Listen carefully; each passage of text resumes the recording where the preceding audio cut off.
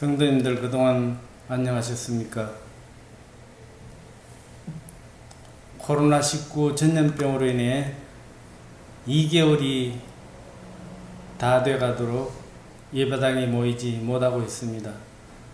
오늘도 역시 주일을 맞이했지만 성도님들과 함께 예배를 드리지 못하게 되어서 안타까움과 아쉬움이 많습니다. 지난주에 이어 오늘도 이렇게 영상으로나마 말씀을 드리게 되었습니다. 빨리 모든 일상생활이 정상화될 수 있도록 기도해 주시기 바랍니다. 오늘 말씀은 오직 하나님만 바라라 라는 제목으로 말씀드리기를 원합니다. 먼저 하나님의 말씀을 보시겠습니다. 여호수아서 1장입니다. 여호수아 1장 1절부터 9절까지 제가 읽도록 하겠습니다. 여호수아 1장 1절입니다. 여호와의 종 모세가 죽은 후에 여호와께서 모세의 수종자 눈의 아들 여호수아에게 말씀하여 이르시되 내 종 모세가 죽었으니 이제 너는 이 모든 백성과 더불어 일어나 이 요단을 건너 내가 그들 곧 이스라엘 자손에게 주는 그 땅으로 가라. 내가 모세에게 말한 바와 같이 너희 발바닥으로 밟는 곳은 모두 내가 너희에게 주었노니 곧 광야와 이 레바논에서부터 큰 강 곧 유브라데강까지 해쪽 속의 온 땅과 또 해지는 쪽 대해까지 너희의 영토가 되리라. 네 평생에 너를 능히 대적할 자가 없으리니 내가 모세와 함께 있었던 것 같이 너와 함께 있을 것임이니라. 내가 너를 떠나지 아니하며 버리지 아니하리니 강하고 담대하라. 너는 내가 그들의 조상에게 맹세하여 그들에게 주리라 한 땅을 이 백성에게 차지하게 하리라. 오직 강하고 극히 담대하여 나의 종 모세가 내게 명령한 그 율법을 다 지켜 행하고 우로나 좌로나 치우치지 말라. 그리하면 어디로 가든지 형통하리니 이 율법책을 내 입에서 떠나지 말게 하며 주야로 그것을 묵상하여 그 안에 기록된 대로 다 지켜 행하라. 그리하면 내 길이 평탄하게 될 것이며 내가 형통하리라. 내가 내게 명령한 것이 아니냐. 강하고 담대하라. 두려워하지 말며 놀라지 말라. 네가 어디로 가든지 내 하나님 여호와가 너와 함께 하느니라 하시니라. 네, 지금까지 우리는 한 번도 겪어보지 못한 새로운 경험을 하고 있습니다.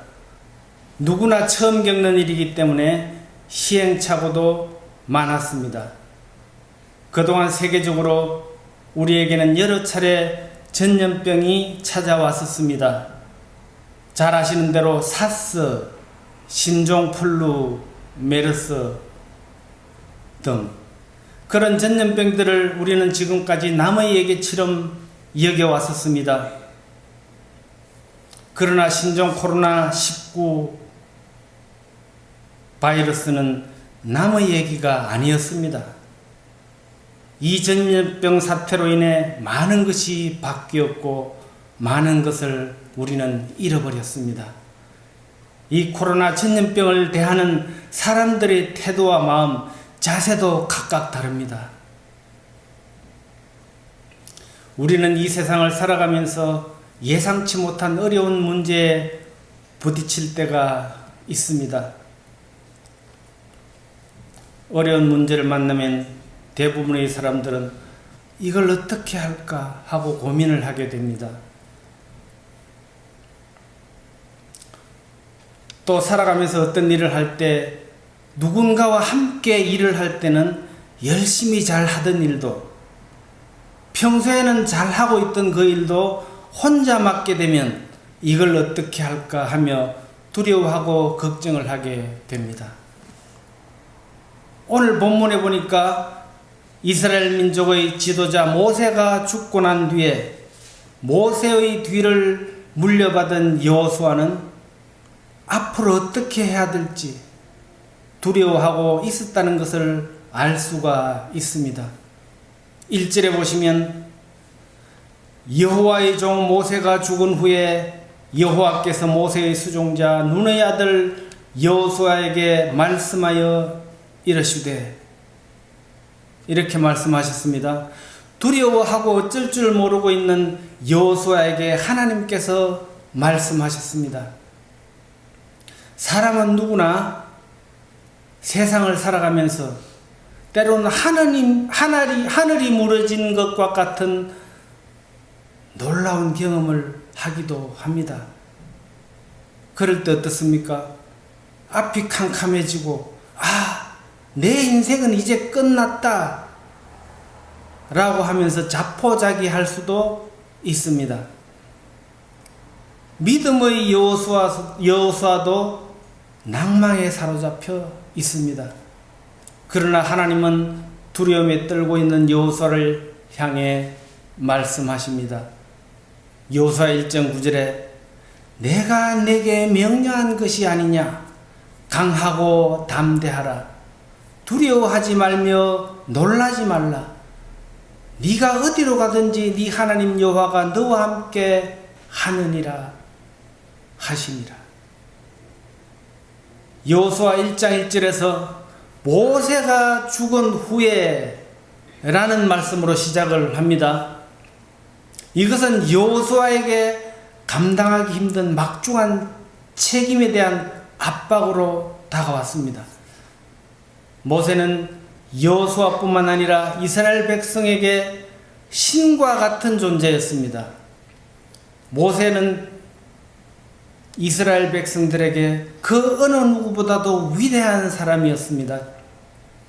그의 행동 하나, 말 한마디가 하나님과 같았습니다.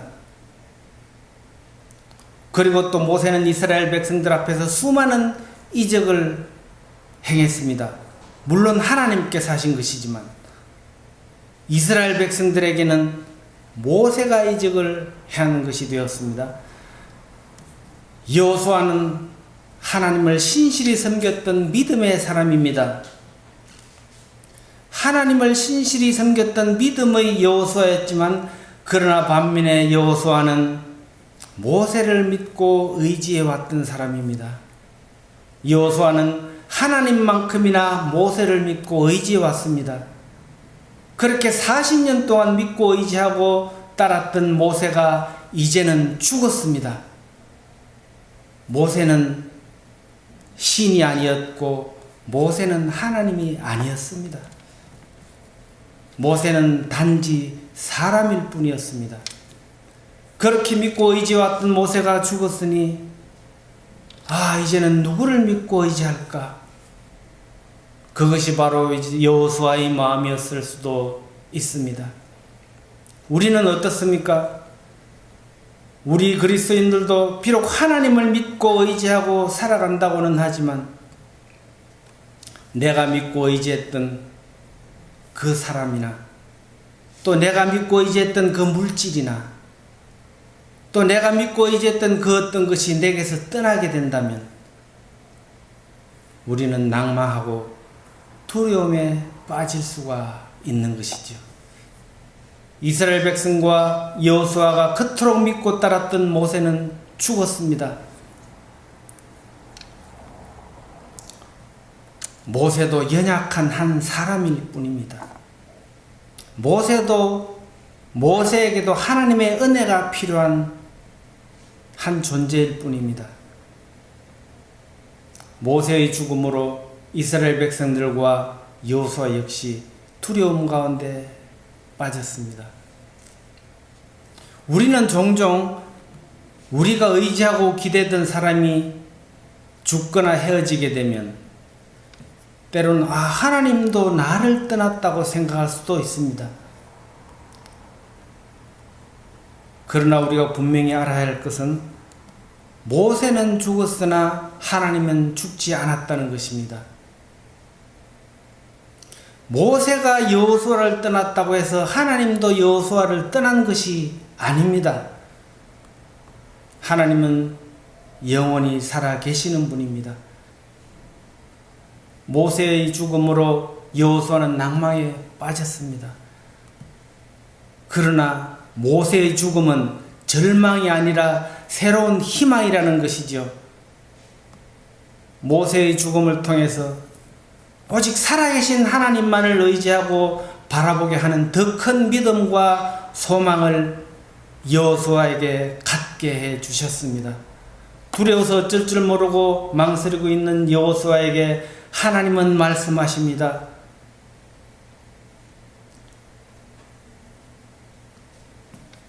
1절과 2절, 3절을 다시 한번 보시겠습니다. 내 종 모세가 죽었으니 이제 너는 이 모든 백성과 더불어 일어나 이 요단을 건너 내가 그들 곧 이스라엘 자손에게 주는 그 땅으로 가라. 내가 모세에게 말한 바와 같이 너희 발바닥으로 밟는 곳은 모두 내가 너희에게 주었노니 곧 광야와 이 레바논에서부터 큰 강 곧 유보라데 강까지 해쪽 속의 온 땅과 또 해지는 쪽 대해까지 너희의 영토가 되리라. 이게 무슨 말씀입니까? 네가 언제까지 두려워하고 망설이고 가만히 있을 거냐? 일어나 가라.